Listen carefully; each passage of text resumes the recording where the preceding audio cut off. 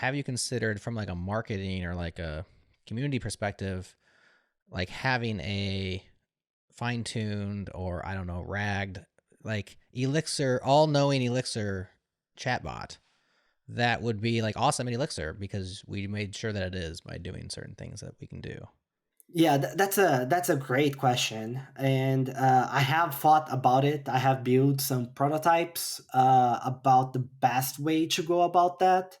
And it's very there is another funny story here, which is that I took some holidays early December, and then before the holidays there was like the OpenAI. They had an event where they announced like the GPTs kind of things, and I've been also thinking about AI in the context of Livebook.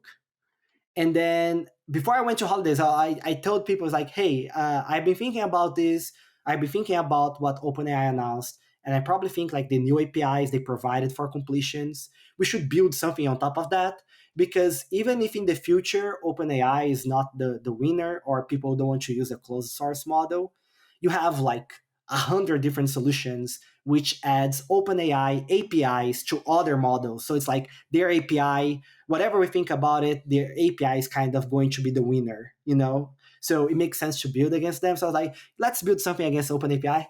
And then I go on holidays and I come back from holidays and apparently the CEO was fired and then they come back and then there was like in the Yeah. 2 weeks I was on holidays, and then I came back and was like, what happened? And then I was like, and so I was ready. I was ready to go, right? Okay. And then it put me back like, okay, I take a deep breath, Relax. Yeah. right? It's like maybe not quite, but it's something like so something that I want to do. I don't remember who did it. I think it was Co. It was one of the companies that start with Co. What they did is that they generated embeddings Mm-hmm. for all of Wikipedia. So if you want to do something, you can just get the embedding and search the embedding. It's something that I've been thinking a lot about. What if we could generate embeddings for all the documentation that we have in Right. Hexdocs, right? So people can very easily start building their own indexes, their own rags, and this kind of stuff. Right. So we started exploring this. We already did some groundwork. We had some students in the University of Krakow studying different embedding models so we could at work.